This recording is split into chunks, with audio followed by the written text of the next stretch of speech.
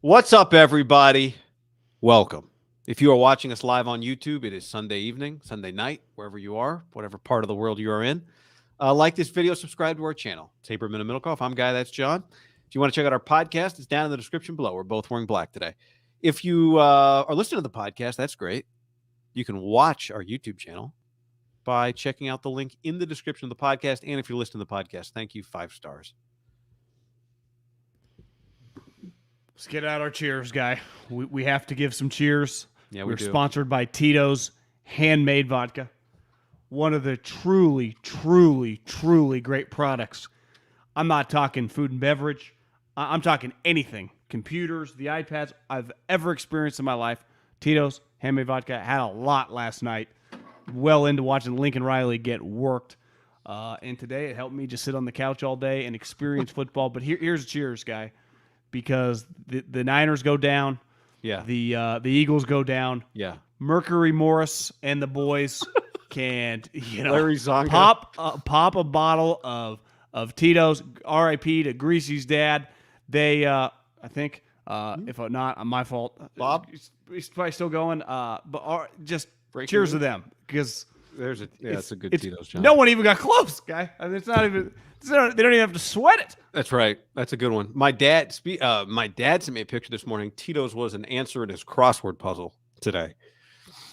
So he Tito's or Tito beverage? Tito's, like Tito's, like what sponsors this podcast was in his crossword puzzle today.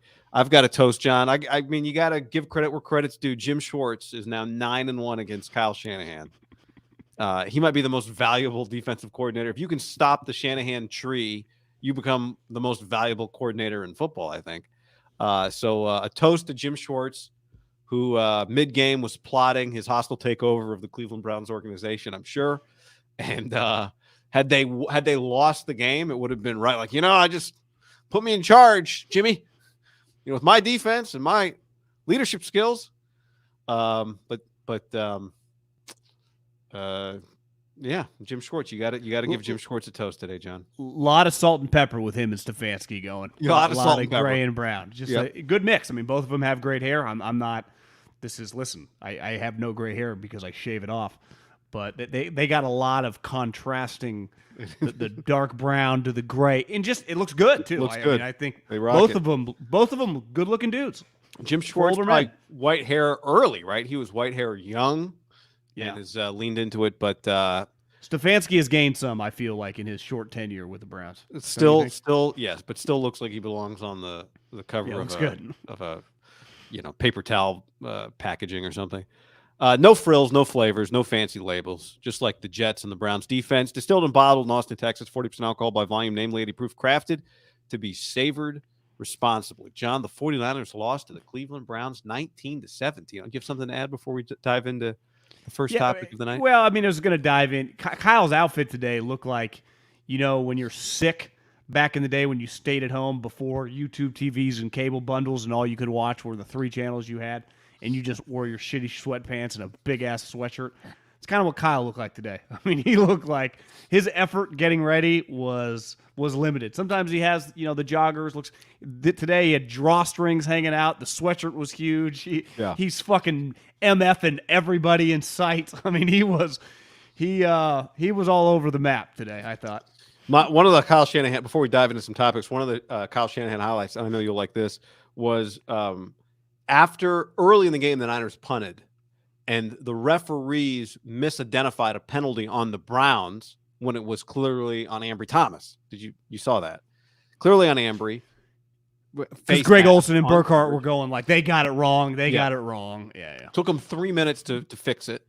Kyle was clearly off doing something else because the camera cuts to the sideline and it shows Brian Schneider, the Niners special teams coach, explaining to Kyle what you can read his lips. He says, they showed the replay on the video board, and then they changed the call. That's what he says to Kyle.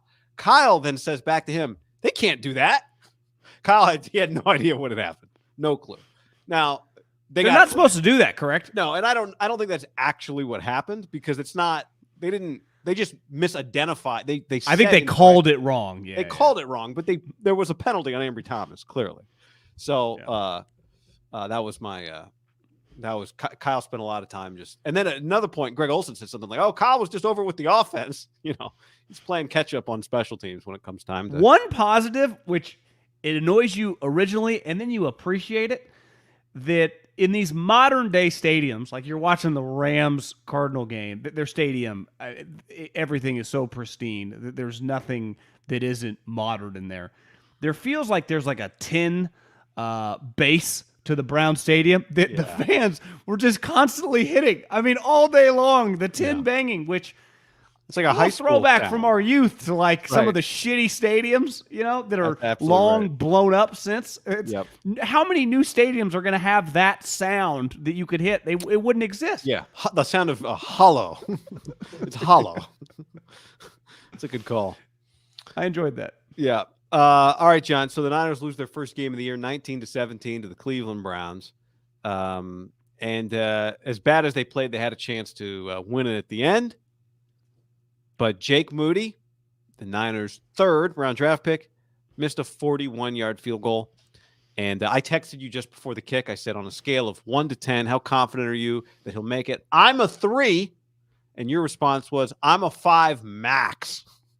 So neither of us felt good. And I think what it illustrated is that Moody had the problems in the preseason and it hadn't really been tested since then. He had a long kick. He had one against the Cowboys. McCarthy also had a chance to move him back on an extra point that would have been a pressure. Didn't do it. This is on the road, bad weather. This is true test. Already missed a field goal. Already missed one. That's right. And that one I don't hold against him as much. That was a deep kick. But this is 41 with the game on the line, dead center, and he missed it. And that is in some ways, I think, more concerning for the big picture for the Niners than just the fact that they lost the game. I think when you text me, it felt like the field goal was 45 plus, and then they got a couple more yards. Yeah. I thought by the time that we can nitpick how they ended the game, kind of just letting the clock run out. Yeah. I have no issue with it because once you get to like 40 yards and in, like he would have missed that from 34 yards. It was just off. Like he pushed the ball. It was a terrible fucking kick, right? To me, it wasn't in the vicinity. Maybe at 25 yards, it still would have been in the uprights, but it was not like a huge push that ended up hitting the upright. It was just aimed that way the whole time. Honestly, he's lucky he avoided the guy coming off the edge. Like it wasn't just a bad kick. So to me, the ending of it doesn't bother me as much because you got to be able to hit that kick. Period, point blank. You draft a guy. The only way we judge this position, right? Like I'd really have to look like, how was Aaron Banks today? Like you'd really have to go to the film. He's only judged making or missing. It doesn't get any more basic. Like I bet Kyle could defend some Brock Purdy stuff today, or I bet they could defend some Charvarius Ward plays or whatever, right? That don't go their way. There is no one gives a shit about the steps, the timing. Do you make the kick or do you not miss the kick? And some of the players said after, I know Bosa, we didn't deserve it. Fred, we needed to be tested. It's not on Moody. I'm going to call bullshit because if you hit 4 balls out of bounds, but somehow on the 18th hole you have a 5 foot putt to win the Masters, like who cares about all the out of bounds stuff? You have the opportunity right there. Like this is about the result, the end result, the process. Dan Lanning, no one cares about the process once if the result is winnable, and it was. And a guy that, let's face it, there's a lot of pressure given how they drafted the guy. To me, if he was a 7th-round pick, I think we'd be like, well, could they move on from him? Is there another guy they could sign? They're all in on this, and that's not a great start. It just isn't. Like you said, you miss a kick early in the game. They're up 7-0. It ultimately wasn't that big a deal. You don't forget stuff like this to me. Well, if he isn't everyone's back of their mind. Let me ask you this, because for me it is different. If he had not missed any kicks, if he hadn't had a kind of pretty strange 2.5 weeks in the preseason, I would feel differently about it. Like I would feel a little differently about the fact that he just missed. No, I agree. Like he has a story now on him. It's because I don't think we totally put to bed what we had in the preseason with him. It's easy to project on the guys. Like I watch him and I go, is he body language confident? I can't tell. It's easy to kind of just say that he looks the same as he was when he was making kicks in the first several weeks. But if he had not had the preseason issues, then I probably wouldn't think much of it today. But because of the preseason issues and because I felt like he really hasn't been tested since, it is concerning. Yeah, it's concerning. And to the thing you said to start, like for all the struggles in the game, and we'll talk about Brock and some of the offense and all that stuff, when it came time to put a drive together, they put a drive together. Like they stepped up, which is most of the big games you play. Think about all the games the Niners have played in the playoffs. It's not about playing a perfect 4 quarters. It's about when it's winning time, do you make the plays you got to make? And it's a cliche, but it really is true. What do you do when you have your C game? Can you win with your C game? I was kind of excited as the game was going on to watch them have to play this game. That is, I think, a good test for them. It was a good preparation. And when you go through it, you'd prefer to win it than to lose it. But I was excited because I knew they were going to be in some big spots. And that meant Brock and that meant Moody. I go back and check the tape. I texted our buddy John Dickinson while the Browns still had the ball before they took the lead. I said, this is setting up to be a Moody game because you could just see with the clock. Like it felt like the Browns were driving to win the game, but then you look and there's like 2.5 minutes left and the Niners had timeouts. So it was setting up for that. And I think you're right. Even though as the game was unfolding, I disagreed with how they handled it. I didn't like basically they get the Jennings third down. They get to the 27-yard line with 45 seconds. They hand it to Mason. He gets 3 yards to the 23, and they basically shut it down. I think they're probably terrified to take a sack. Obviously different situation, but Cristobal, the fumble. There's just there is just a lot of things that their defense has dominated, knocking guys out. I think once you get close to that 40-yard line, I'm sorry, I understand, and no one's wrong. He has not earned the right to just clearly he's not an automatic. It's not Robbie Gould, but like I got to be able to trust you to hit a 41-yard field goal, right? There's a difference of roll him out the 55-yarder. Like that's you feel good about the Tuckers, the Butkers. You'd be terrified with this guy. At 41 yards, to me, like I got to feel pretty good about my kicker hitting that. It doesn't mean he's always going to hit it, but I have to roll him out. Yeah, I understand. I mean, and if you're Kyle, you've been working with him in practice. You probably forgot about what happened in the preseason. You feel good about it. I didn't forget about it, and I didn't feel good about it. And I don't think he forgot about it. I just think it's football. He's got to be that guy. I get it. I wanted them to run another play, but you're right. He's got to be that guy who can make this kick. What if Purdy takes a sack? No, I get it. He's got to be that guy that can make this kick. So make him make this kick because he might have to make that kick in the playoffs. And he didn't. And, the first miss, honestly, again, part of why he's here is because he can make that kick. But then you see their guy miss. Like, all right, bad weather, fine. Even though I don't. He just aim it at the middle. Well, why is he aiming it at the side? That's what I don't get. My thought was, I'd be curious how many kickers like it in the middle. A lot of times you see guys take it on a hash, but then he's hooked the ball before. So I don't. He's done this twice. He's done this twice now, and I think anyone that plays golf can relate.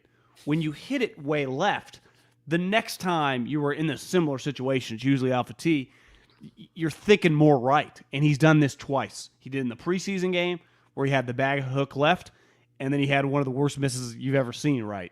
And this is a little less in terms of the variations from side to side, not crazy misses, but they're still opposite misses, right? It'd be one thing if he had the hooks, but he hooks it and then he pushes it. And it's just... Like when you have a guy who plays a certain golf shot, you go, well, he's got to play that shot. But he doesn't know which shot to play because if he kicks it down the middle and he hooks it, it goes left. It's OB. Well, I mean, I'm telling I'm watching the game with Maria and her mom, and I'm like, this is death, taxes, and Moody. Death, taxes, and Moody. That's and it's hard to kick in confidence. You felt good. No, we talked about it earlier when he missed the kick, and then I had to explain that Jim Harbaugh is kind of a hype machine, so you got to put what he says. You got to take it with a grain of salt because he would talk about that like with everybody. He talked about that like with his son Jack when he was like 3 years old. So you got to be careful. But like in fairness to this kicking prospect, he was legit. He was elite. I mean, the production backed it up.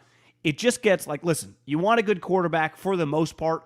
You're not going to be able to find Brock Purdy's in the 7th round. Right? With kickers, though, historically, why I think they got a lot of shit, which I have no problem with the pick. He just has to make the kicks, right? I mean, there's no debating it. If he's missing kicks, it's going to be a bust. It's going to be a failure. If he's going to do that more often than the opposite, they're fucked. They're going to have to get another kicker, right? That's the thing. It's not like, well, don't make him the starter, or Burford's not quite ready. Have another guard mix in, or have him run with the second units. Have Randy Gregory start. Like, you can't really do that. He's either your kicker or he's not. And I think a big picture, and I'm not trying to shit on the kid because he has a resume. Now, it's in college, but he has a resume. Cold weather, big time games, huge ratings, a lot of people watching in front of. I mean, you've been there. What was the hold? 110,000 people. Like, it's a pressure-packed environment. I've been there twice. But how many kicks in big spots is he away from them have to do something? Well, does he just get this year no matter what? No, I think when you are what you think is a complete team who can win a championship, you can't be like sitting around going, "Yeah, I don't know, man. We just drafted him in the third round. I don't think we should do anything." Right? You can't afford to think that way. If you think your only weakness is that you can't trust your kicker late in games, then you got to try and fix that weakness. Especially but then you have to cut him or break his leg and IR him. Yeah, you IR him. Especially when the guy who you trust is available. That's the X factor here. Have you followed him on Instagram? He plays golf like every 3 days. He hasn't touched a football. Was he in Lexi's playing group this week? Probably. I mean, he has not zero chance kick the ball. To me, at most, elliptical some Peloton work. And I'll promise you this. I think you'd agree. Kyle will not give a shit. Bring him back. No, Kyle won't give a shit. Matt, because he'd be the guy. He'd be the guy they'd call, right? If you live by he's the only guy to call. What other guy is there? I don't know. Jose Feely? Cortez. Remember that guy? Alejandro Mata from Colorado. That's Colorado's kicker, the dancing guy. Did Feely's kid get benched? Yeah, well, a few weeks ago, I think. Okay. But then I saw him the other day, so I don't know. If you play and live by the run game, then you need the threes. Can't leave 6 points hanging with the number one defense. The Niners need the three. In this weather, they needed it, right? It was clear from the beginning of the game that Kyle was calling this game differently than he calls other games, right? I mean, anything else on Moody before we move on?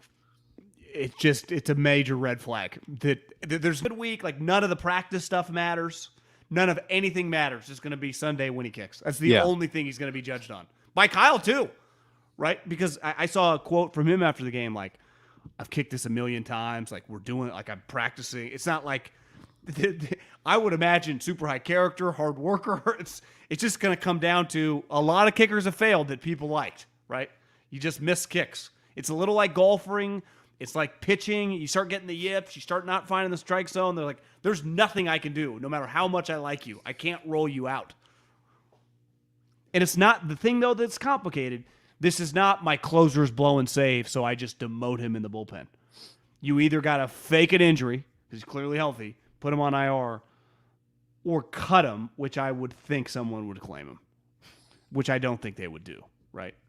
I don't think they would. I think it'd be a fake injury for sure. But between now and whenever that is, like, he's going to have to miss more kicks for us to get to that point. But how many? Yeah, depends Another on the game winner, right? Yeah, I mean that's. Yeah. Does he get 3 game winning opportunities? He's got 1. Does he get 2 more if he misses the second? He may, depending on how quickly they come, right? Like, how quickly can Robbie get back in? I don't know what football shape means for these guys. Same as golf shape. But I think generally guys do get 3. Like, if you think about kickers who have kicked their way out of spots, usually it's more than 2 missed. Right? Doesn't it feel like it's 3 feels about the peak. 3 feels like about where you go, okay, we're not crazy people. We're not overreacting here. They play in a primetime game next week, albeit not a weather game, right? Indoors at Minnesota. They don't really have the possibility, unless the Bengals game, late October, you could get weather in the South Bay. At the Jags, that would be their next opportunity. Bucks at home. They have a stretch, as everybody knows, at Seattle and at Philly. It feels like it'd be impossible to play those 2 games without needing a clutch kick at some point, whatever that means, right? It might mean an extra point too, John. Like 41, which is what he missed today, 33s, it's not that much further than an extra point. So I would say this. So they got 2 more. Next week's must win. Like, at Minnesota. I'm sorry. I know they barely beat the Bears today, and without Jefferson, Fields got hurt. Without Jefferson, you got to win that game. I don't give a shit if it's Mason getting 35 carries and McCaffrey can't go. Like, you got to win that game because then obviously you play the Bengals on a short week and then you got the bye. But you got to win next week. Obviously, that's a game that we would have circled as like that's a W. Every single person that does wins and losses for the 49ers, even if you had them like 11-6, you would have had the Vikings game as a win. Like that's a win. You have to win because today. Listen, did you see the Kawakami stat that this is the lowest yardage in the Kyle Shanahan era? The last game, it was 215 total offensive yards. The last game that which previously was number one, was Week 1, 2017, his first game as a coach when they had 217 yards. Wow. So obviously it's impossible to even evaluate. That's Brian Hoyer. The team sucked. Like they got shoved around. I think for the first time, we thought the Cowboy game was going to look like this. The difference is the Niners were KOing all the Cowboys and dancing over their graves. And I thought it was, listen, I don't really care if Kittle gets fined $13,000 fuck that. But it's like, come on, guys. This is sports. This is have a good, I don't even know if that many people made a big deal of it, but it was so stupid. Even Kittle was like, we're just having fun. Today you got shoved around, especially when the beginning of the game, Ayuk's talking shit, Deebo punks the guy, Trent takes on their entire team. They all back off. It's just, they KO'd your two best offensive players, knocked them out. Deebo went to the locker room, never seen again, came back in street clothes. And McCaffrey, by the end of the game, is getting bent over by the, extra trainer, bending his back with blood all over his shorts. I mean, he was battered and bruised. And it didn't feel like they were getting KO'd. And listen, we can nitpick Amari's career, having some, it feels like Amari sometimes. Like, I'm not really into this. Amari fucking was tough. Like, their team had like a tough attitude today.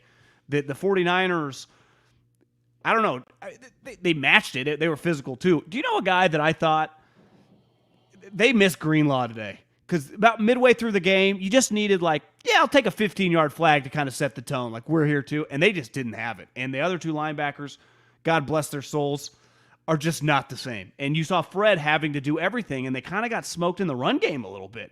And you might block one of them, but you're not blocking both of them. And that was...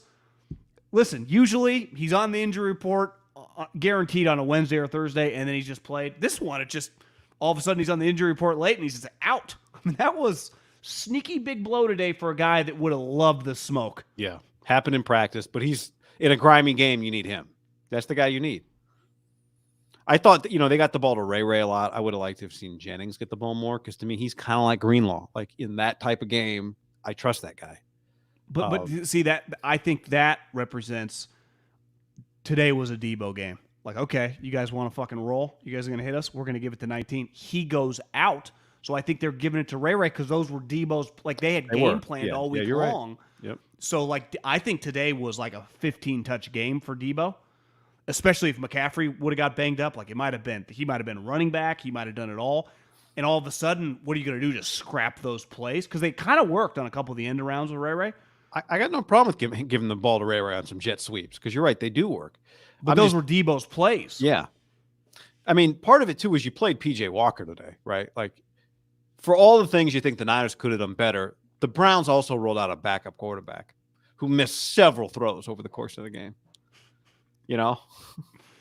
Multiple wide open guys missed by P.J. Walker. And I thought he handled himself well. Like Greg Olsen made a funny comment during the game that was true. He's like, this is the kind of game for P.J. Walker, you earn yourself 4 or 5 more years in the league with this game. Chase Daniel's like, I never even had one of those games. And I lasted 12. So, there was a lot that went wrong.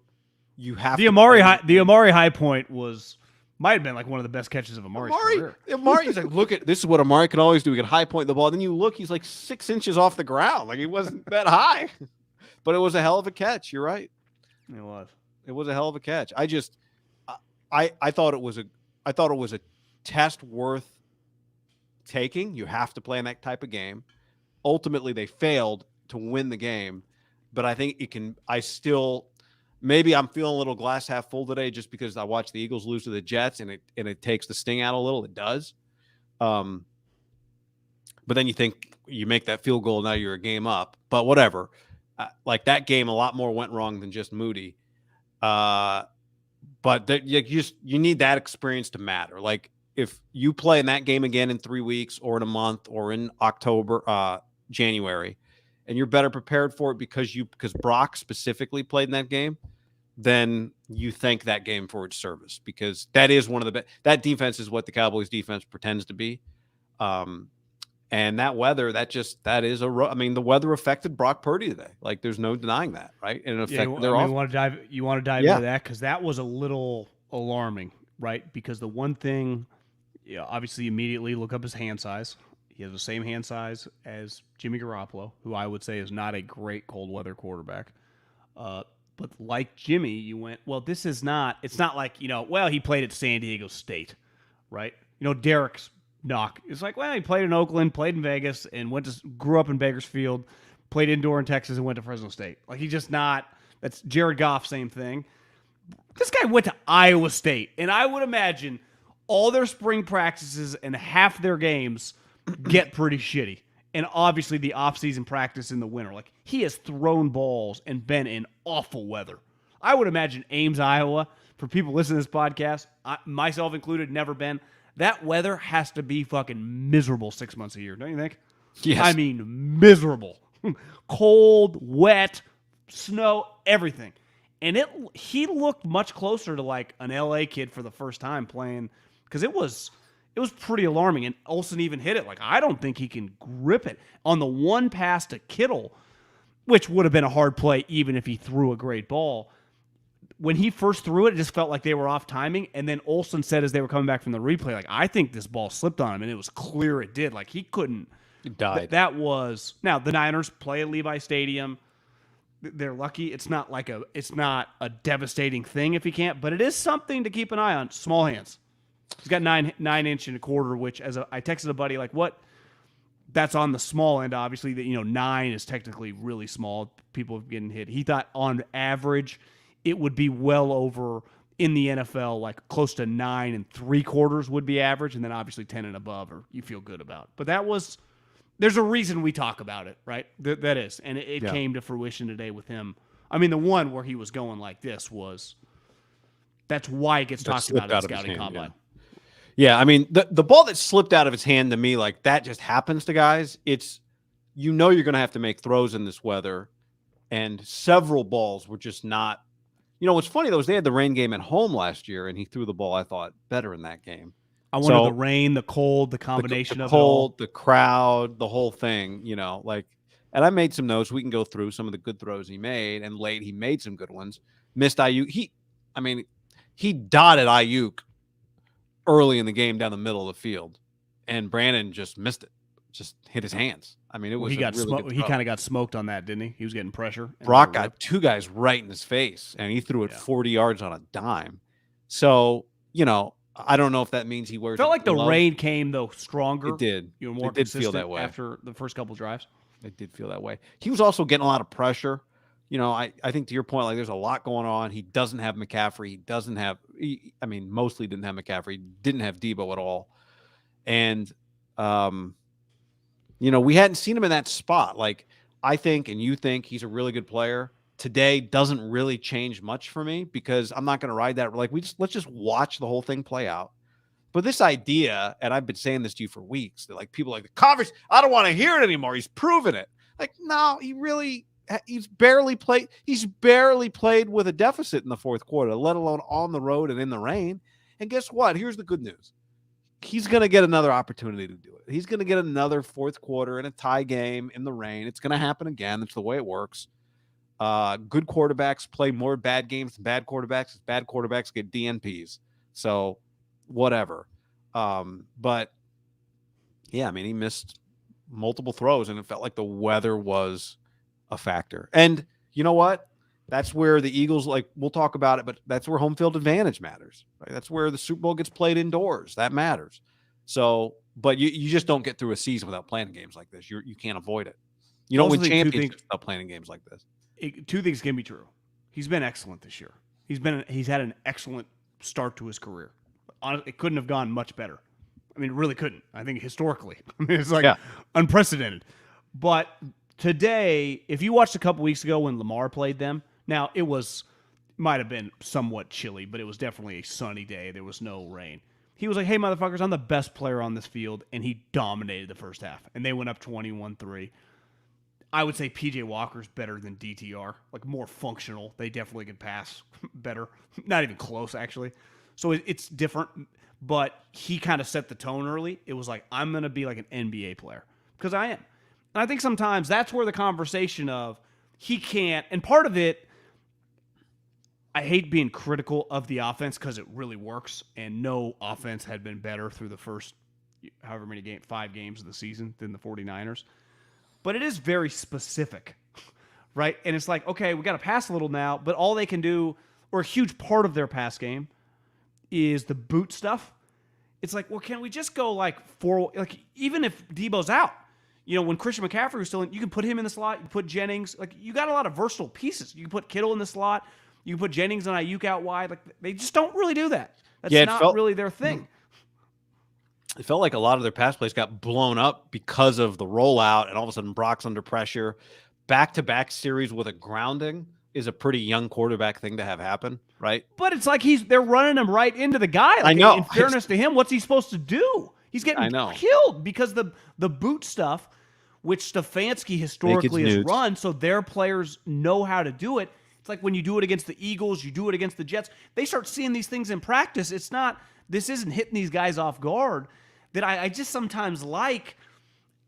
Maybe it's the Andy Reid in me. Let's just go 4 wide, put him in the shotgun. I would imagine if we go to some Iowa State tape, he played the fucking Big 12. I'm not saying you rely on that or scrap your offense, but today felt like a game is like, guys, your run game's not working, so the play action shit they're unfazed by. Like it's the pass game. I thought Kyle kind of got worked.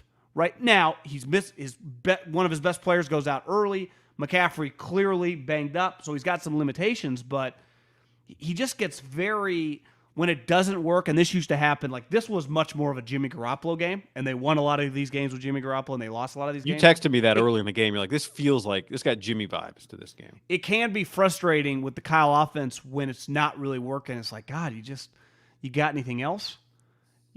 Like he sticks to the same kind of, and it works the overwhelming majority of the time. Like he'll just like, and it works overtime. Like that's part of it, right? It's like over 4 quarters, it will work, right? That's he's part like, of the deal. He's just hitting you with a bunch of kidney shots, and eventually by like the 9th round, you're like, holy fuck. But the Browns are like, keep hitting me in the kidney, dog. Like I don't care. We do not care. And one thing you say about the game went on, it felt like. Who was that? Their defense, the Browns defense. Oh my God. The crowd, I thought that game was, for an NFL standard, had like a collegiate vibe of like, this place kind of lit right now. Didn't it feel like the NFL needs edgy? The Browns being just relevant is pretty awesome because of their crowd. Yeah, they're like a Jets. They're like a Lions. Like a Raiders, right? Like, well I think the Raiders, the Coliseum, the Niners at the Candlestick. And listen, I've never been to their stadium. It's clearly a little newer than those, but it did feel a little old school NFL, less sweetie, and I could be wrong, but it felt like it had an NFL 80s, 90s edge to the place. Yeah. Which I miss, and their team played like that. Say this for Purdy. The one thing you feel really good about, because no quarterback can start many games in the NFL and be like a puss, right? Some are just tougher than others. Their willingness to like sit in there, be unfazed. Like some guys will just get rid of the ball really fast. It's not that they're not, like they're tough relative to American standards, but relative to quarterbacks, they're clearly different tiers. His toughness, you feel really, really good about it, right? Yeah, mental and physical. Yeah, I mean that last drive, which, they got, I don't want to say lucky, they got a penalty that kind of bailed them out early. I think they were like on 3rd and 10 or whatever. It was a holding or PI or whatever, but... And listen, like this is a game, like the refs were terrible, but 100% it's not like the refs lost the Niners the game. They were just all over the map. Yeah, like a bunch of things went wrong for them, and if like one of those things goes right for them, they might win the game, right? If the Gibson penalty is not a penalty, they might win that game. But you still have several plays that come after that. You still got the ball back. You still drove down the field. You still had a field goal to win it. So, going undefeated is hard. And if you're going to lose a game, Like that's probably what if that's how it has to look for you to lose a game, then you're probably a 13 or 14 win team if that's what it takes to beat you, and a defense that's as advertised. I probably uttered this over the last couple of weeks. I probably be very unlikely, not impossible, but very unlikely that we see a 17-0 team, NFL team ever, with the salary cap, with how difficult it is. It's just injuries now, the way how many just teams. I mean, every team. I watch the Eagles. Lane Johnson fucking could barely walk off the field. It's just maybe there weren't as many injuries somehow back when we were kids, but it feels very unlikely that we ever see 17-0 turf for sure. Yeah, the schedules, right? Like it used to be teams played every Sunday, and some of them played on a Monday. But now, like Thursday night games, London games, Frankfurt games. You know, what if one year some team's 12-0 and they're like going to play the Jags in London, and the Jags have been there for 3 weeks? That's a disadvantage, right? That's what happened to the Bills last week. Lot going on for sure. I mean, I just saw the ad today. It's like the Frankfurt games coming up November 5th and 12th. I'm like, what? They're playing multiple games in Germany? Multiple games. This morning I woke up, there was a game. You know? I know. You just all of a sudden you're like, oh, the Ravens are up 10. It's always the Titans or the Ravens. It's always like a game where I'm like, yeah, I don't mind that being the 6 a.m. game, the team. The NFL has games from 6 a.m. and it stops at 8:30 at night. I mean, they go for 14 hours of NFL football games. And then when you wake up 14. Monday, they set you up for another one. Yeah. So the Purdy grade, what would be your I got a few throws I want to get through here. What would be your Purdy grade today? Stat line for those who didn't look, 12 to 27. That's 44%. PJ Walker becomes, I saw this stat, the first quarterback to beat Brock since Caleb Williams. Did it as a freshman at Oklahoma. 44%, 125, a touchdown, and an interception. QB rating, we don't talk about it a lot unless it's 55.3, which was what his was today. 3 sacks. I'd go C- because, I mean, that stretch where he couldn't grip the ball is like, if you can't grip the ball in a rainy game on the road, like, how are you going to play in the game? Like, it was very, very difficult for them to function in the passing game when he couldn't make passes. That's a problem. Now, it gets back to what we said earlier. They are lucky that geographically they just limit themselves on those opportunities. Their division games, the only team that would be Seattle, and depending on the schedule, like, you just may not end up there that time of year. But now you could argue Seattle can be raining September 1st or January 1st. But the other 2 divisional games won't happen, and then obviously your home games, for the most part, are going to be relatively good weather games. But it's just part of it's something we will talk about now. Like, depending on the schedule on a given year, you're going to so and so in December or November. I mean, he could not grip the fucking ball. Feels like you're grading him on a curve. C- feels generous for a 44%. You're saying it was rainy, it was on the road, you played the Browns. Felt like a D. I mean, if I brought home a C- on my report card as a kid, I would get lit up. I mean, D's were like the kids that were just like, you're going nowhere in my home. I'm just saying, like, C- when you complete 44% of your passes. If I just tallied it in my brain, I'd probably go like 4 turnover worthy throws. I mean, 2 guys he just threw 2 like the Newsom pick, or the pick he threw was just hit him in the chest. Behind. Okay, maybe did he just fail today? Is it just an F? I'm not trying to talk you into it. To me, here would be the argument for a C. C- to me is an awful grade. Maybe I'm just too generous. Yeah, that's fair. That's what I'm saying. High saying. standards from Jeff Middlekoff in the Middlekoff home. Big Jeff. I was going to go D. I mean, you could argue C, the drive he put together at the end of the game. Like, you know, I thought for all the bad throws, and there were several, I thought some pressure throws. Like early in the game, first quarter, Burford gets the 10-yard penalty. And I just, in the moment, I was like, this feels like pressure. Like the crowd's getting loud. You're on your own 34. It's 3rd and 13. He drops back, 2 dudes in his face, throws it from his own 25 to the opposite 36. It's 40 air yards to IU. Just bam. It was a really good throw. He had the throw late on 2nd and 21 to Ayuk on the sideline. That was a really good throw right after a grounding play. To me, like, he in some moments, he has shown this in like moments where it feels like it's about the Avalanche. Now the Avalanche did get him several times today, but he made them throws after it felt like, there was going to be another Avalanche. I appreciate, but back-to-back groundings. Hard to have to me, a passing grade with back-to-back groundings of 44%.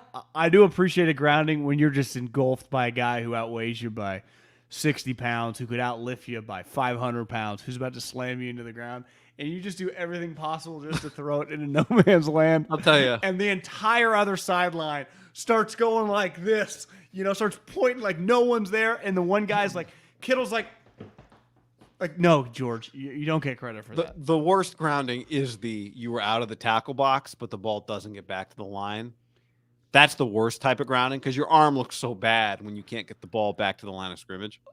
I have to go back and look at the exact plays, but I'm pretty sure one of them was one of the boot things. Like when you do that, they were. Kyle's plays do run you right into the guy when they don't go down the line of scrimmage. If the guy does not go down the line of scrimmage thinking like, I'm going to get a TFL as the backside defensive end, your quarterback is a sitting duck. And unless he's, I would say, like Lamar Jackson or like strong enough like Jalen Hurts to break the tackle, every guy is fucked in that situation, like NFL history, right? Like Michael Vick, Lamar, there's a short list of guys that can juke the guy out. But the overwhelming majority of quarterbacks, that includes like Mahomes, are just going to get taken out by talented defensive ends. Now, some stiff guys might swing and miss. But a team like Cleveland, like they weren't missing an open field tackle on the quarterback when they're 3 feet away. Their closing speed, their physicality, and I think they kind of started feeling themselves like we're better than this offense right now, especially when McCaffrey and Deebo's nowhere in sight and Trent's limping around. It was tough. I mean, it's a tough environment. That's an elite defense, and the Niners got shoved around a little bit, which is fine. I mean, they've been shoving people around for 5 games. And sometimes, luckily in the NFL, unlike college, your margin for error is much bigger. Like, you're allowed to lose 4 or 5. Now, the number 1 seed, obviously the Eagles lost today too, but Google the Lions' schedule. I mean, the Lions might be closer to a 14-win team than 12 or 11. So I think there are multiple teams. They have not played the Bears, the Vikings. They still play the Raiders, the Broncos. The Lions are going to win a lot of games, guy. You're looking at me crazy, but I'm just their laughing. Their schedule's a joke. I'm a hater, and I think you're probably right. But just in in a week, let's say the Niners beat the Vikings, they do just play Joe Burrow. Like who the Lions got that week? They get the Broncos or the Raiders. So it is just a lot easier game. Like I don't care the Bengals are down, you still got to beat Joe Burrow and Jamar Chase. Like those guys are, dominant players these last couple of years, even if their team's not quite the same. I watched that game against Seattle. Seattle was pretty terrible in the red zone, but I just that's just not. I know this was just more difficult. It's not a place you want to end up on the road, right? Ford Field in the playoffs. Well, the other thing is the Niners haven't played the Ravens yet. That's just Lamar Jackson's not an easy guy to play. Meanwhile, they're playing I don't even know 17 on the Bears because Justin Fields broke his hand. That's who the Lions get. That's my point. The Eagles and the Niners have hard schedules. They just do. And the Lions do not at all. And a huge reason is their division. The toughest game on their schedule, they won week 1.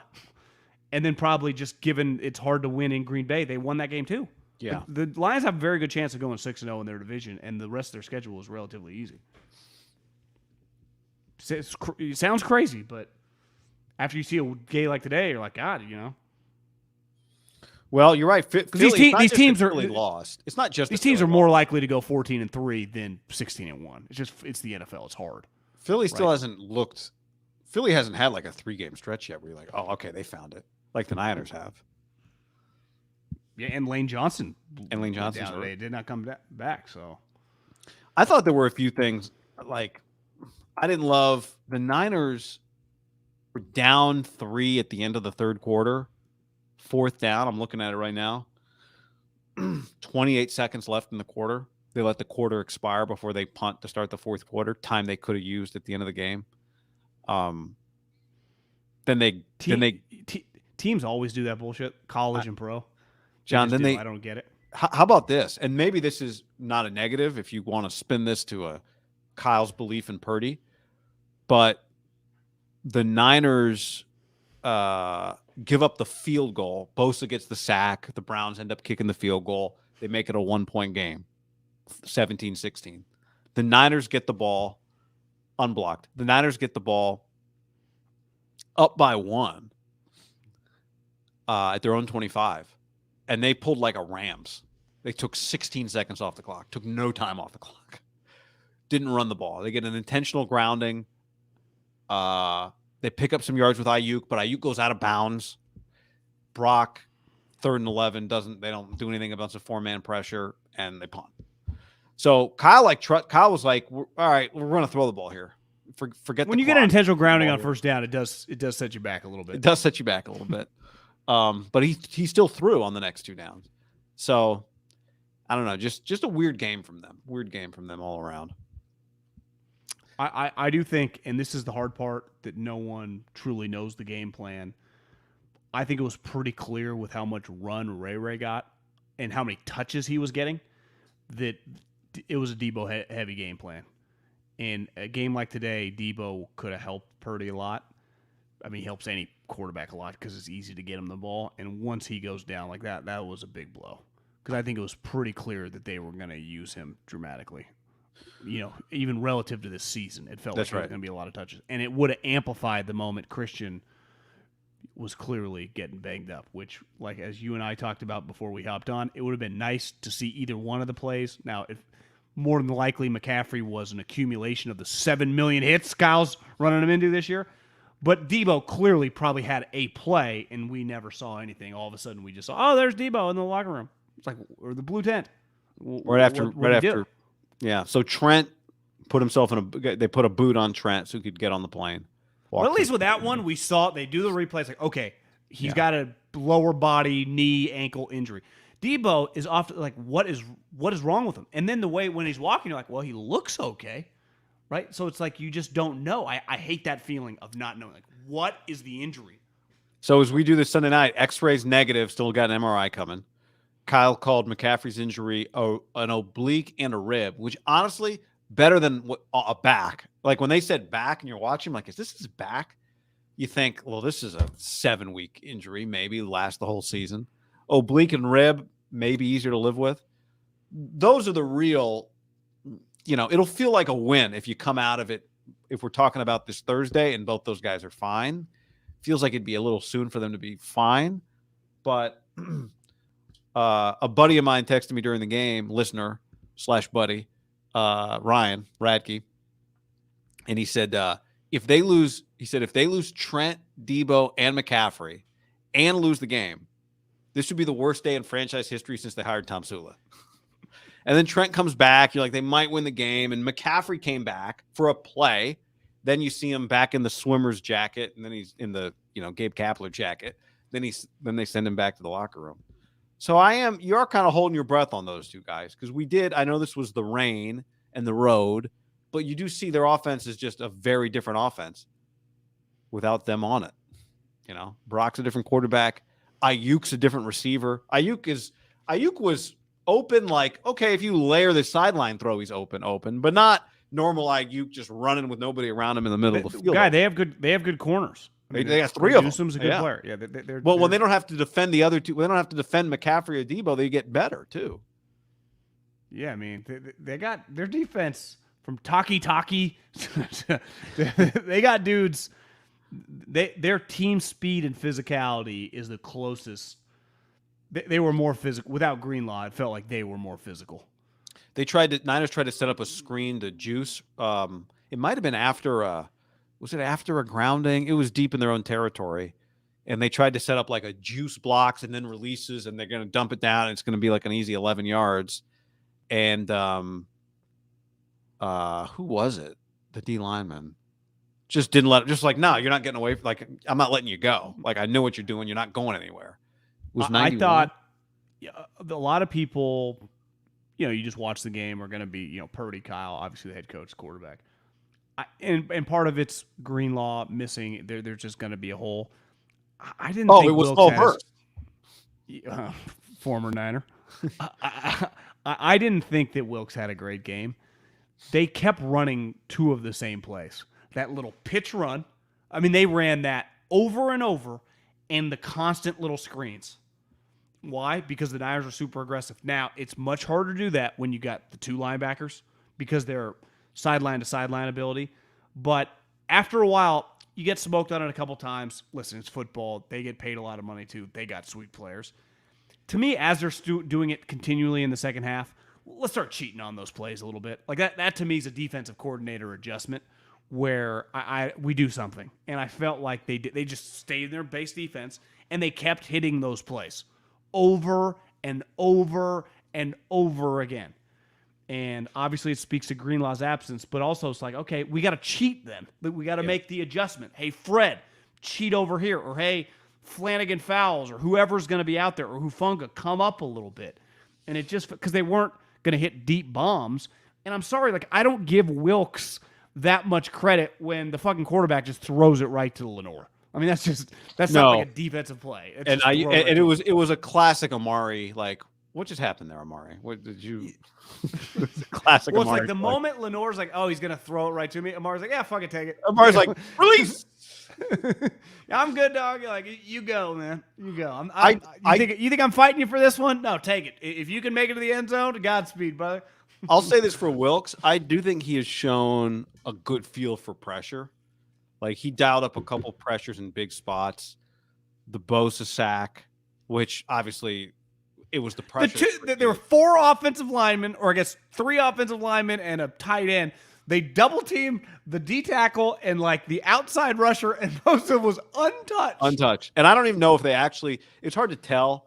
It looked like 2 of the guys that looked like they were coming bailed. So I don't know that they actually brought 6. Maybe they brought 5 on that play. The Isaiah Oliver sack fumble play was a good call. I thought I honestly that was a really tough one. I thought his arm was coming forward, but you could definitely argue it was coming forward without the ball, and that should have been a fumble, a PJ Walker fumble. What did you think about that play? Do you think that was a fumble or an incomplete pass / grounding? Yeah, I mean, once they made the call, I knew it wasn't going to change. You're talking the one where he kind of goes. I'm just saying, did you think his arm was coming forward with the ball? They called it an incomplete pass, correct? Yeah. Yeah, I thought that it was not going to get overturned. Yeah, so did I. I was just curious if you thought it was a fumble. I thought it was a really hard. I'm not positive. I thought whatever the call in the field, they would have rolled with it. It was one of those. I'm just asking what you thought. Like, did you think his arm was coming forward? I think it's pretty close that, like... Yeah. To me, it wasn't definitive. Like, the Purdy one, classic. Like, that's for sure. That one... Whatever the call was going to be, like that was going to be a no-brainer. Yeah. It's just impossible to tell. I didn't think it was definitive. I agree. But both quarterbacks had like 3 or 4 of those. PJ, Matt asked, serious question: can you accept a penalty then change your mind? That had me baffled. I mean, you kind of can. They let guys. It happens in football. Yeah, you're talking about the Browns. Yeah, he's talking about the one that you said Kyle was talking to Schneider about, right? No, he's talking about. I think he's talking. Oh, maybe. I think he's talking about there was a play where the Browns. Oh yeah, they declined a penalty. Then he saw the yardage. It was going to be like 2nd and 3, and then he accepted the penalty after they'd already marked it off. Generally, I think they let coaches do that. I've not seen them say like, "No, you already gave us your final answer." As long as you're consistent with it, I got no problem. Like, if you go to another game and they don't allow it, it'd be kind of bullshit. My issue with the Gibson play is that should be a play. And these bang-bangs, the moment the bang-bang play happens, you're going to think helmet-to-helmet, targeting, whatever, no-brainer. Yeah. It's almost like you just let it go, and then they have access to look up, and then they can throw the penalty. Because the moment you throw the penalty, it doesn't happen often anymore that they ever pick it up. They always lean on the side when they throw the penalty, even though it's clear, like, no, he led with his shoulder and hit him in the shoulder. That was, even in 2023, like, that's a pretty clean hit. No helmet-to-helmet contact. But the moment you throw the flag, it feels like a very, very small percentage of the time, even in the NFL and college, I guess sometimes they go to the monitor or whatever, it's just gonna stay on the field. They always go to a monitor in college. That's one of in college, right? Yeah. Like, how is that not a reviewable play? To me, in the NFL, like, you have to figure out a way on a clean hit to not penalize the guy. You got to, because bang, bang, I completely understand. I don't even blame the ref. Right? You're just going to think helmet to helmet. Even Kyle said after the game, I thought they touched helmets, which doesn't mean penalty, but yeah, it's hard play. It's a tough play. Just make it reviewable. To not be able to adapt, like when you just said, they adapt on the down and distance after a minute. They adapted on the special teams play. Like, you do have some time. Like, there's a lot on the line in these games, especially for those plays that are 15-yard penalties. They're just crushing, especially in a game that was going to be probably decided on a field goal. 15 yards could be the difference of being at like the 45. All of a sudden, you're at the 40. You're a nice run away from being a field goal. The game was about to be on the line on the next play. I'm with you. That was my attitude too. Was like 15 yards in a game like this. The Niners have played in a bunch of games where 15-yard penalties don't mean shit.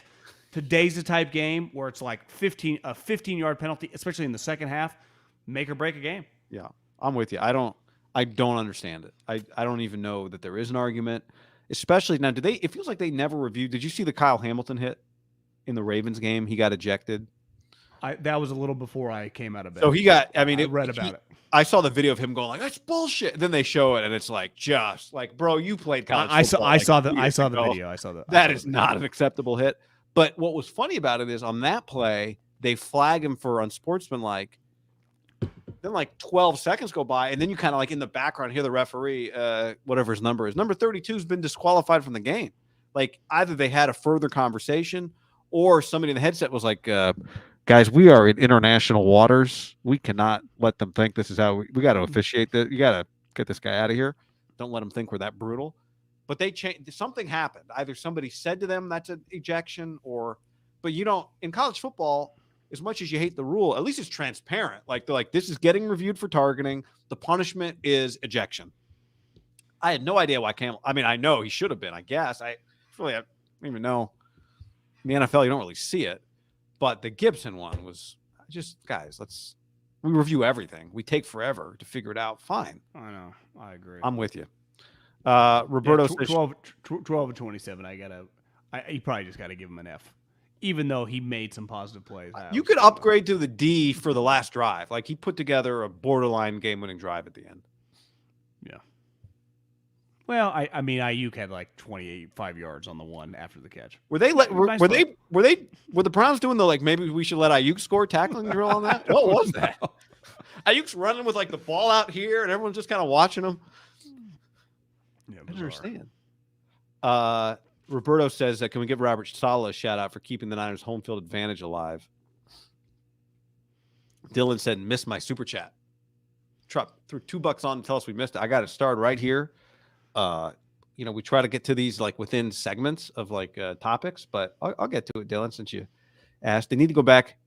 They need to go to the drop back earlier in the fourth quarter after the weather cleared up. Play action wasn't going to work on 1st and 25 without run success. Thank you. That's what I'm saying. Like, their base passes are. It's like, what are you guys doing? It's you just had an intentional grounding. It's 1st and 29, and you're fucking doing one leg. A deep play action to Mason here. Just put him in shotgun for the love of God, Kyle. That's I do think sometimes he gets a little headstrong on certain stuff. He's not. And listen, every coach, probably beside like Belichick and Brady in their prime, like Andy for a long time, and still has occasions where it's like, Andy, just run the ball.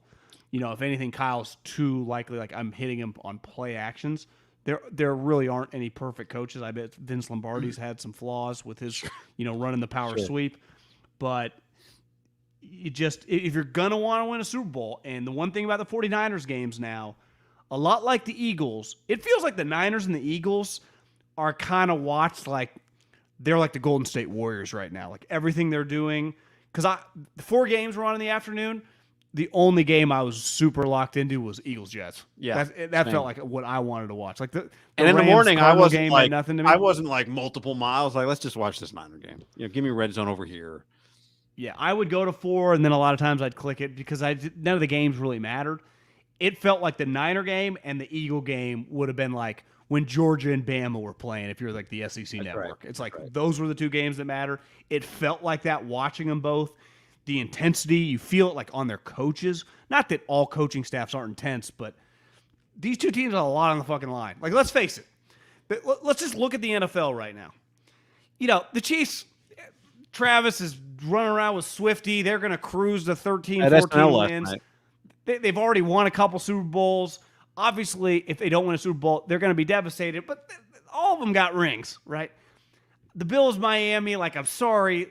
I think with the Niners and the Eagles, it's like Super Bowl or bust. Anything less than a Super Bowl championship for those two teams. Listen, the Lions might float around, but if they were to win a playoff game, it'd be one of the most incredible seasons of the Lions. I think they've won one playoff game since like the Barry Sanders era. The Niners and the Eagles, you feel it. Like when you're watching them, you're like, God, there's a lot on the line for these fucking teams. Totally. You know, both of them, they're like the same fucking team, guy. Now, obviously, they play a little different, but I just mean the stars, the intensity, just everything surrounding them. You know, it's Cowboys. Both got close last year. Yeah, it feels like they're equals again. It feels like the Niners had been rolling this first 5 games. The Eagles had been off, but it's the NFL. You're 5-0. You're 5-0. And both of them just lose on the same day in kind of weird fashion, but differently. But to me, they're the most fascinating teams in the league. Those two. Obviously, the Niners and the Eagles, like more than even the Chiefs. Like the Chiefs, like what are they really for their 3rd Super Bowl? I'm not saying that like in the history of the league it's a big deal, but if they don't get it, it's just not the same devastation. Well, they don't play like they're under pressure. Well, they haven't for a couple of years during the regular season. Because they're not. No. The Eagles, the impressive thing about Philly is they play as if they did not win a Super Bowl a few years ago. And part of it is it's just a totally different group. Not totally different, but quarterback's different. Very different group. Coach is different coach, different quarterback. So they got new coordinators. I mean, the one thing, just to go back to what you said about Kyle, I do think sometimes Kyle, he's such a great chess player. Sometimes it feels like, you know what, actually, man, all we need is checkers here. Like, we don't need 7 moves ahead. You know, it'd be like if you took a great painter and had them like teach a 3rd grade painting class. Would they paint like a masterpiece, or just like, actually, we just some finger painting would be perfect right now? Like, no, hold on, let me create something beautiful. You know, sometimes it's just, do we have like a kiddie playbook we can go to when it's pouring rain?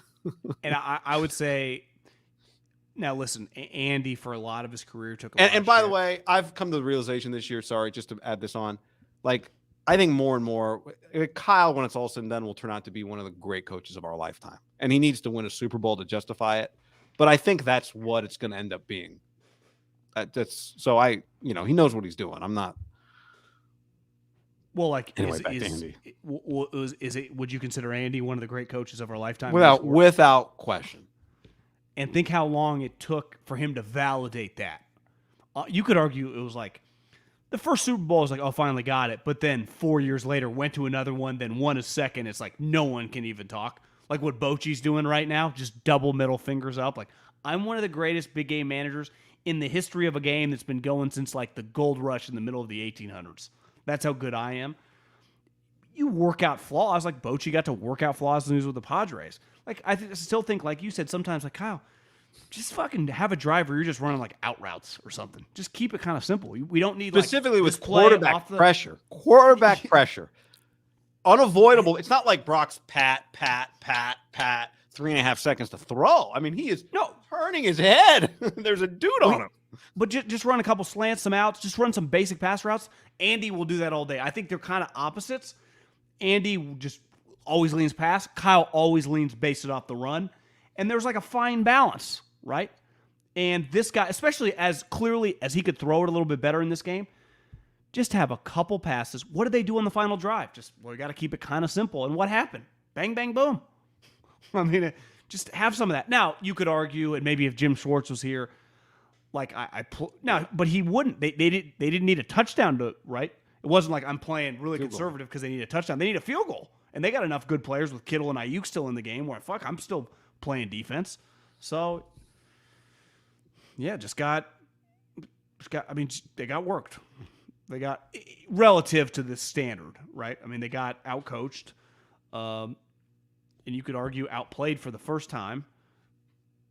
they're not used to this season seeing their guys go off the sideline. They're used to knocking out your guys. Yeah.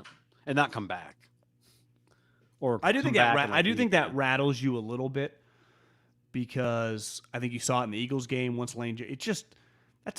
When you lose the Trents, the Lane Johnsons, the Deebos, there's just a difference of like, oh, Lenore's down. It's the sick part of the sport that when you see a pile, you just pray it's not three of the guys, and then when it's like the fifth guy, you're like, okay, well, hopefully he's okay. But right. We got depth there. I know. You're not wrong. A couple super chats here. Matt says we didn't capitalize on turnovers, missed kicks. Browns defense is no joke. Still held them under 20 with some skeptical calls. Keith, we lost, but Brock showed me something today. Resilient. Shanahan struggles when he can't run the ball. There's an intensity like Oregon, Washington. Yeah, that's not exactly Georgia, Bama in their primes defensively. Solid. Yeah, I really enjoyed it, but there's just a lot of points being scored. Offensive explosions, right? There is something genuine about that level of football today where it's just like people are getting knocked the what out at any moment. 40 points, 30 points doesn't win the game. No one's getting to 20. Yeah. Where a field goal, maybe one field goal will happen in the fourth quarter total, and that's going to be decide the game. And one interception probably ruins you. One cause fumble, one moronic play. You're kind of on the edge of your seat. I enjoyed the intensity of that. Like that to me is like football at its purest form. Every yard is accounted for. Great plays really stand out. Like when Amari High points the ball, you're like, that's in this environment. Mm-hmm. Everything was awesome about every chess move from the coaches matter. Like at any moment, again, the Oregon Washington punt is a big deal. Like, oh my God, what a punt down to the 5, Wisnowski. Yeah, I was like, God, yeah, Wisnowski, let him rip. Yeah, I know. One of the differences between college and the NFL is that in the NFL playoffs there will be games that look like that. Has there ever That's how the Cowboy game kind of looks. It's how the Cowboy game looked. Yeah. I mean, the Niners have played that game more times than they've played any other type of game in the playoffs, really. The Packers game a couple years ago when they won on the road. The college football playoff, I don't think has ever had a game that looks like that. Like, you get to the playoff and it's like, who's got 40 in them? It's just. That's what you think. Like, the cream's going to rise. No, it's like Justin Fields threw 6 touchdowns in a playoff game, right? Remember the Bama-Clemson game shootouts. Last year, TCU, Michigan. Georgia scored 85 points in the championship. It's just, in theory, it should, but it never plays out that way. In football, that's where I think they were so devastated last year. It felt like the Eagle-Niner game was going to be like a 27-23 type game. And there are going to be some points because they're great players, but it was going to come down to a fumble here, a pick here, a missed field goal here. Yeah. And we didn't even get it, which I still think they are in line. But I'm telling you, like the Lions, man, Jameson Williams, touchdown today. They just have incredible talent, young talent. The Eagles and Niners have like 5-6-time Pro Bowlers in their prime. I think the Lions have a lot of like first-time Pro Bowlers. A lot of young guys, maybe second-time Pro Bowlers, like the Penei Sewells, the Hutchinsons, the Jameson Williams, the Laportas.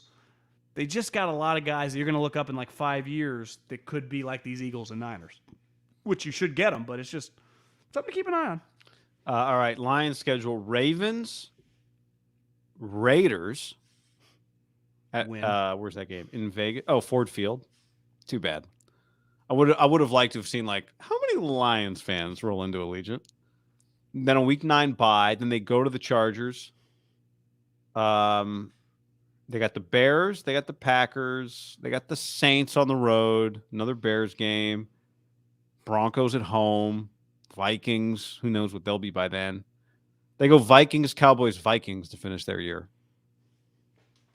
So that actually, that week 17 Lions at Cowboys could be a big game. Could be a huge game. Yeah. Do you think this is the best? I would imagine a large percentage of Detroit Lions fans are also Michigan football fans. Yeah. It's a pretty incredible time to be a football fan in that area, right? You thinking a home playoff game in Michigan National Championship?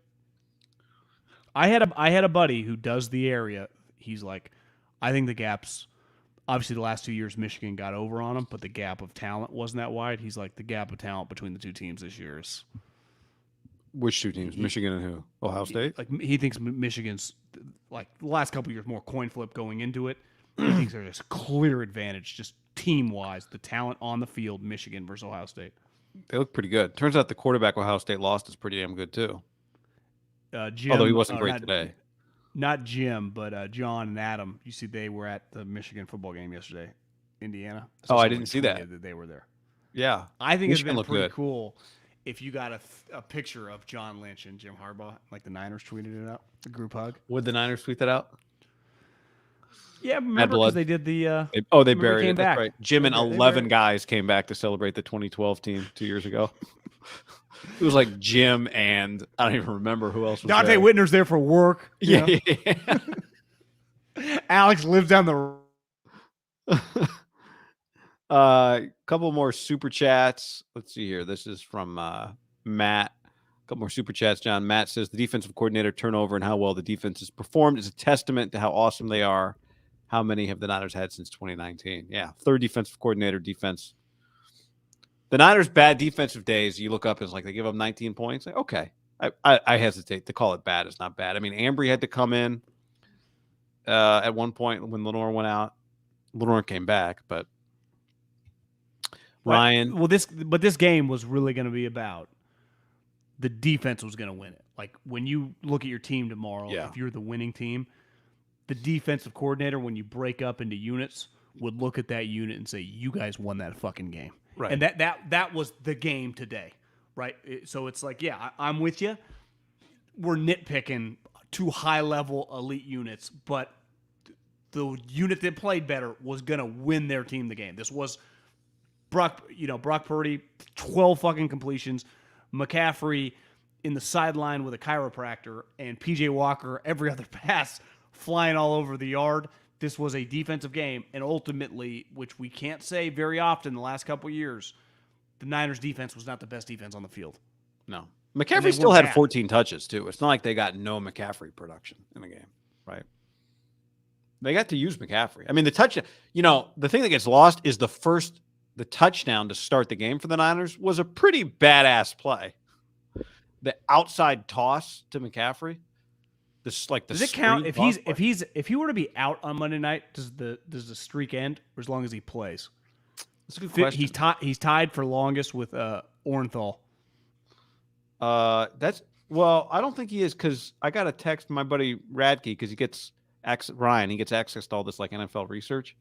He said that McCaffrey's tied for the record with most consecutive touchdowns from scrimmage. Oh, okay. So they're tied for the scrimmage touchdown record. I guess the all-time record is a guy named Lenny Moore who had 17 straight games with a touchdown. He recovered a fumble for a touchdown in game 16. So he kept the streak going. Was he one of those two-way players in like the 50s?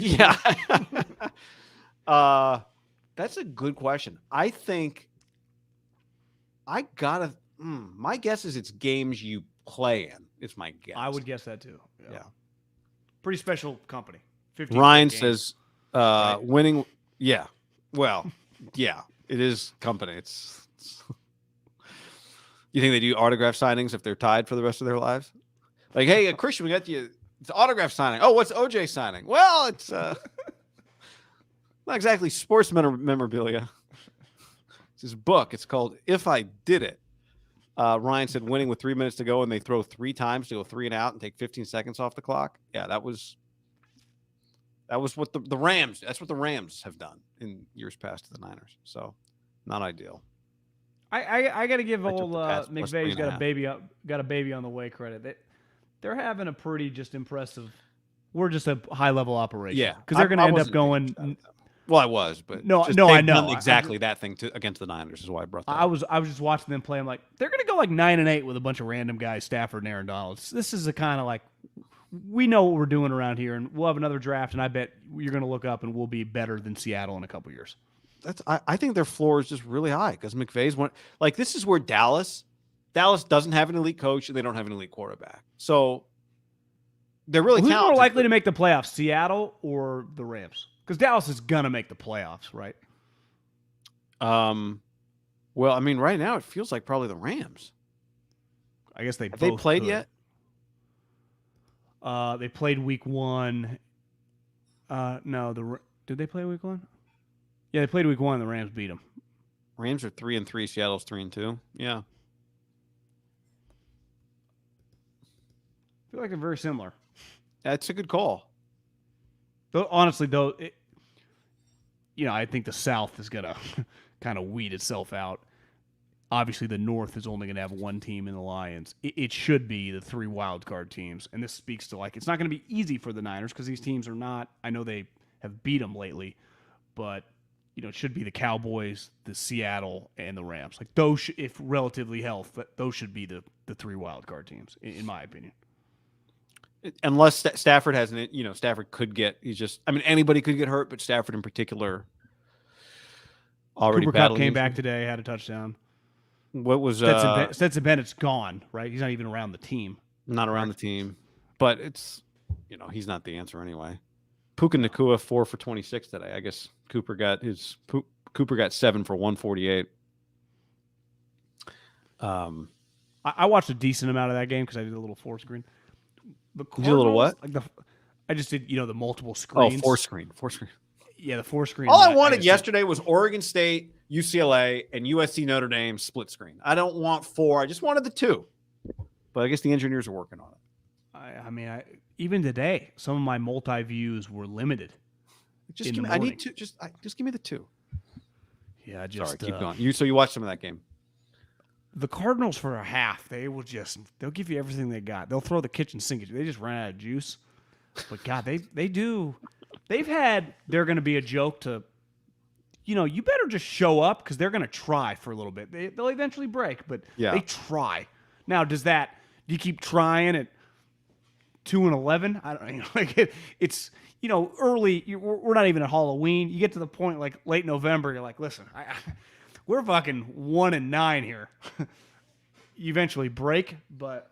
And your one win is Dallas? That's a bad look. I think they have the ideal shitty season. The Patriots have the worst shitty season. You're just a hard watch. It's like, you suck. The Cardinals, they're both, 1 win, 1-5 or whatever. It's like, I respect. If I was a Cardinal fan, I respect it. If I'm a Patriot fan, what the fuck are we doing? Mac threw one of his just all-time picks today, rolling to the right across his body, hit a Raider like this. Was Jimmy at the hospital at that point in the game, or was Jimmy still in the building at that point? I think he was still in the building. He had almost got Devontae killed a little earlier. Get well, Jim. How about when you looked up today and you saw the Panthers were up 14-0 on the Dolphins?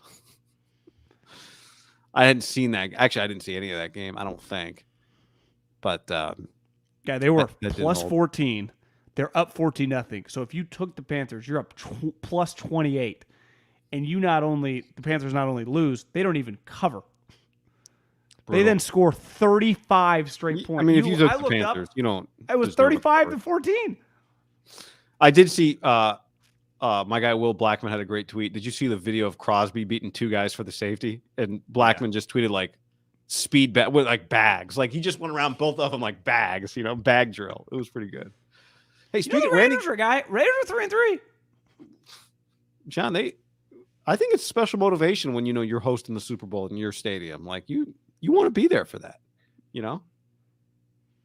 for the honorary coin toss or something. They're not out of it.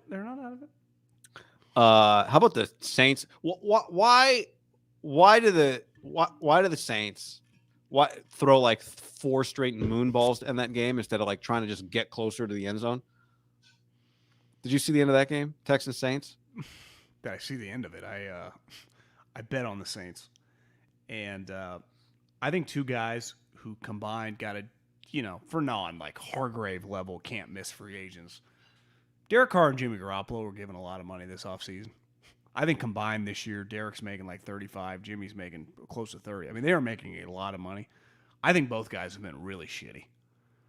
And listen, I understand Derek got hurt. I think he looks pretty bad, guy. He has not looked through the first 6 games what they thought they were getting. They just thought they were getting the 13th best quarterback. To me, he looks like a guy that's, closer to a fringe starter.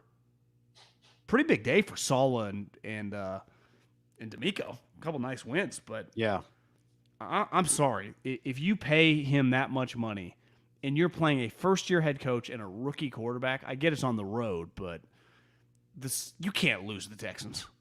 To me, that's a terrible loss for the Saints. I had some people tweeting at me. They're like, how does Dennis Allen allow? It's like, guys, I think Dennis Allen's not any good, but the final drive, Dennis Allen's a defensive head coach. He probably doesn't even know half the plays. That is on Derek and the offensive coordinator. That's an embarrassment. Like, you can't you just run a couple normal routes to get like 2nd and 4? What's Derek doing throwing these moon balls, like you said, in these go routes? Even if it was Randy Moss, Derek was throwing like out of bounds. Where was he throwing it to? I think Derek's been terrible. I've watched a decent amount of him. He was 32 of 50 today. Neither team scored a touchdown in the second half of that game. Ryan says next 6 games for the Eagles: Dolphins, Cowboys, Chiefs, Bills, Niners. Yeah, they got a big stretch coming up. Matt asked, "Do we see more Ronnie Bell with Deebo and McCaffrey possibly hurt?" Yes, I thought we were going to see some Ronnie Bell today, actually. But anything else stand out today, games wise? It was a pretty shitty lineup of games today. Saturday was better than Sunday. Beside the Niner and Eagle game were intense, but I thought overall yesterday was much better. To me, just Jags Colts. Did you watch any of that game? I watched a little bit because they kept showing like Press Taylor and Nick Holtz in the press box, and then they were up like 21-6. I know the Colts kind of came back. All I saw was some awful Minshew pick. Minshew 33 of 55, 329, 1 touchdown, 3 picks. I mean, generally you throw for 330, another guy throws for 180. It's like it happened a few times today. That's what happened in the Saints game. Derek threw a lot more than Stroud. Derek lost. Minshew lost. With a backup, you only want to play the right amount before you get overexposed. And that's kind of every year it's like, oh, Minshew, man, don't forget it. And then he has to play like 4 games. I was like, oh. Would you see the visual of Anthony Richardson in a sling? I didn't see it, but Austin on the stream, Giants interview friend of the pod, Stephen Vogt this week.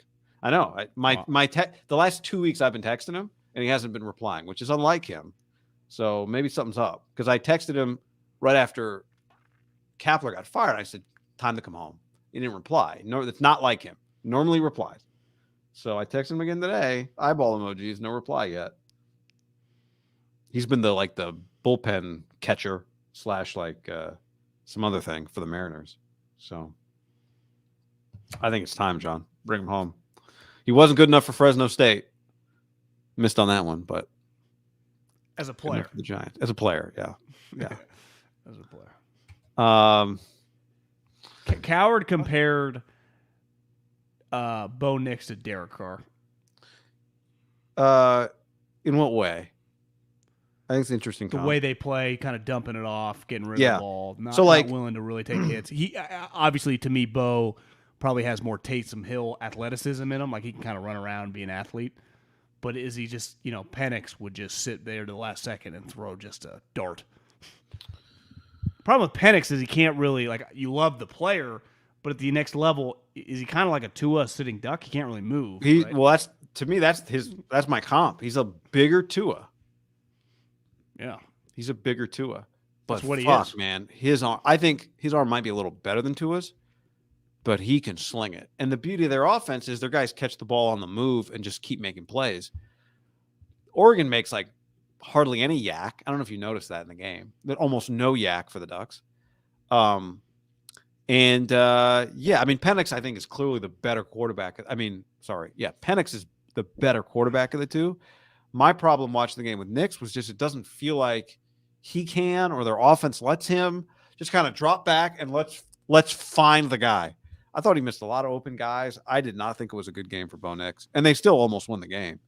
But multiple times, I had no problem with Dan Lanning on the 4th downs, even though it felt Staley-ish. I thought here was the logic. End of the half, I could understand not wanting him to go for it. But they were down by 4, I think. So, and they were going to get the ball to start the second half. I don't remember the exact number, but basically what was going to happen was they could kick a field goal at the end of the half, John, then get the ball, score a touchdown. They'd be up 6. I think that's what it was. They were down 4, I think, going into the half.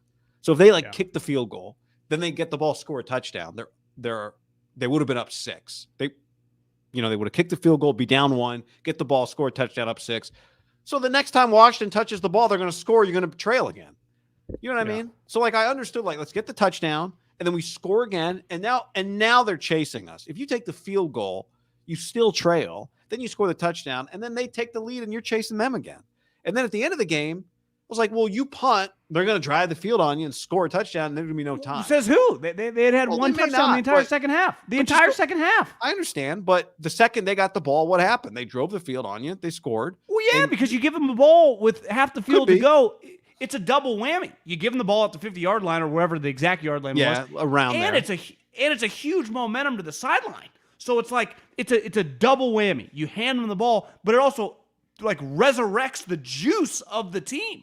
The defense is going nuts. The offense is like, we're fucking winning. You punt them, you make them go 85, which they might. But they had only done one time in the second half. I understand, but has been dominating with that. I know, but that's just your defense is not better than their offense. I just had no faith. I was like, get 4 yards. Now the argument would be you have sucked on 4th down. Like you don't have a play. Like your play in the end zone was that sprint and right play is a terrible play. I hate that play. I don't know why people run that play unless it's Montana to Clark.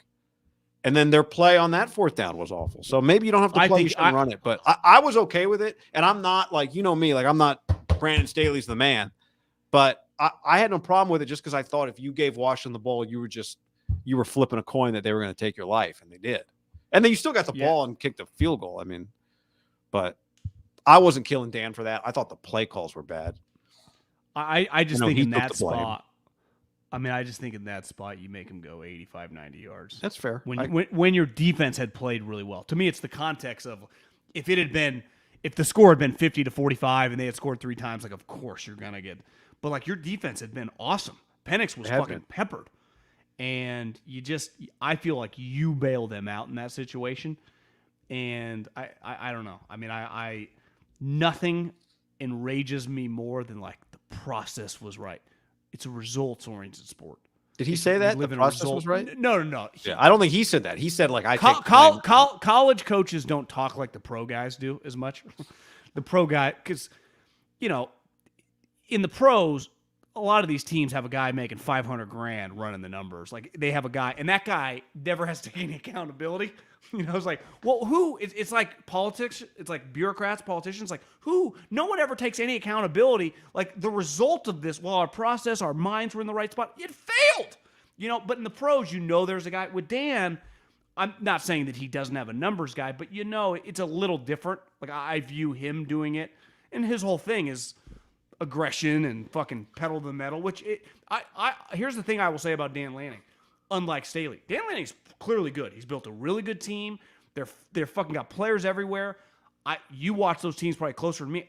Both running backs were really good. And they have another running back that's out. Yeah, they can run. Which team? The Oregon, Noah Whittington.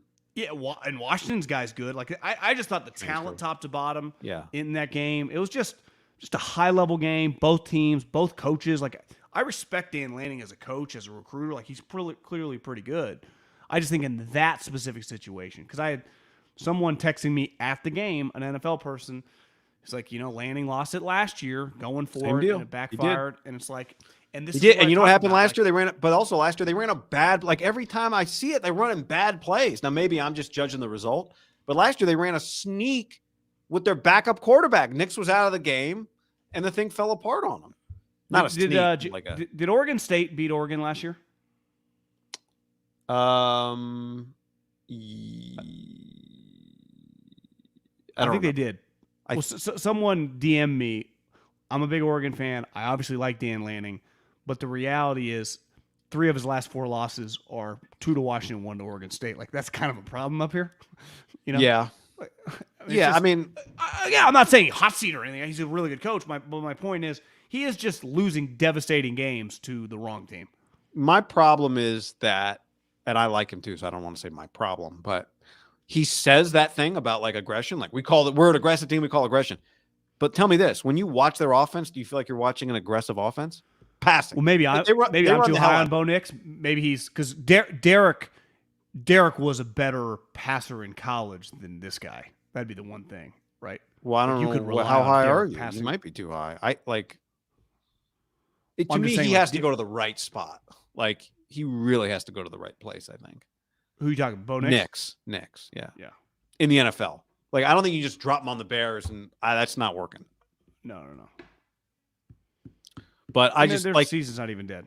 no. But like my point is like their pass game just lacks something. Yeah. And part of it is they average like 5 yards per attempt. So yeah, they check it down. Well, it's the polar opposite of the other team. Yeah.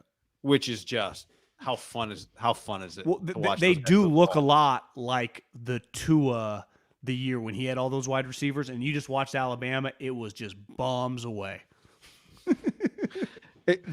I mean, Now those Doomsday. Bama guys are probably better than these guys, right? And these guys Yeah, are good. but I mean, it feels like a Doomsday is probably a top 20 top 17 receiver, right? Number one. and one of their guys got injured early in the game. McMillan got hurt. Right? He's the other good. Yeah. So And Polk was a good player at Texas Tech, and then he transferred. Put some respect on Arizona. Yeah, Arizona ran Washington State out of the gym yesterday. Jaden Delora's time, I think, is over. They got that Noah Fafita who's balled out. But yeah, Lanning getting clicks this week. Did you see Keenan Thompson do Deion on SNL? no. It was pretty good. I think the Deion hype train has come to a screeching halt after. Well, they may not win another game this year when you look at their schedule stuff. They may. I mean, put it this way: any game they win the rest of the year is like a good win because their schedule's difficult. Yeah.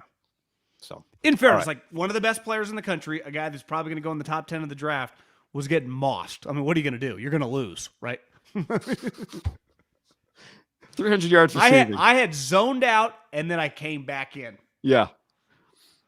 There was just, one of those buzzes, your text messages. I'm like, what? And then it lived up. I'm glad I did.